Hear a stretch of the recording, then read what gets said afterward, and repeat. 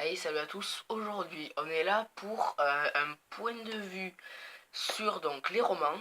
Donc déjà, le roman, il vient pas d'un endroit précis. Alors c'est un petit format en taille. C'est à peu près la même pour tous. Il peut être enfin, pas très épais, comme par exemple un chair de poule. Après, il peut être moyen. Il y a par exemple la meute ou le labyrinthe. Et après, il peut être vraiment épais avec, comme par exemple, le Seigneur des Anneaux. Alors, le roman est très différent des BD, des mangas et des comics parce que lui, il comporte pas d'images ni de bulles de parole. Et la plupart des romans dont je parle, c'est de la science-fiction, donc ils viennent pas de France. Donc on a Chair de Poule, Harry Potter, Le Labyrinthe, 13 Reasons Why, on peut dire que c'est de la fiction. Et donc certains romans comme Darkest Mind, Le Seigneur des Anneaux, Harry Potter, Divergente et plein d'autres sont adaptés en film.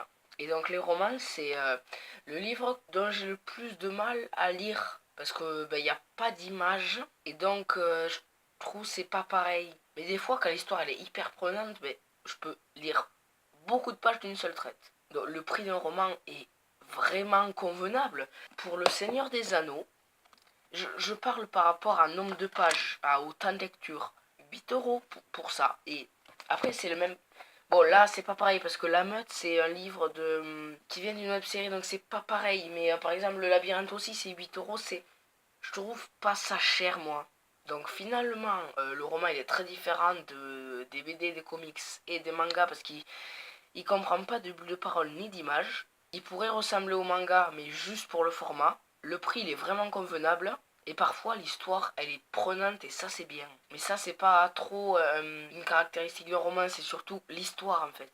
Mais après, parfois, certains sont assez ennuyeux parce que dans les mangas, les comics, les BD, t'as des images sur quoi tu peux te reposer aussi, tandis que là, non. Les adaptations en film, donc de livres, sont souvent bien, même tout le temps, je dirais. Et donc, je trouve ça bien parce que sur ce format qui a pas d'image, là, il y en a et c'est cool. Mais parfois, quand t'as lu le roman d'abord, t'es souvent déçu du film parce que c'est pas pareil. Parce que c'est normal. Si le livre est adapté exactement pareil en film, c'est sûr, c'est pas très intéressant. Je prends exemple sur Le Labyrinthe. Oui, il y a pas mal de différences. Bon, du coup, ce point de vue sur les romans est terminé. Normalement, les vidéos des points de vue en rapport avec les livres sont terminées parce qu'il me semble pas que j'en ai oublié.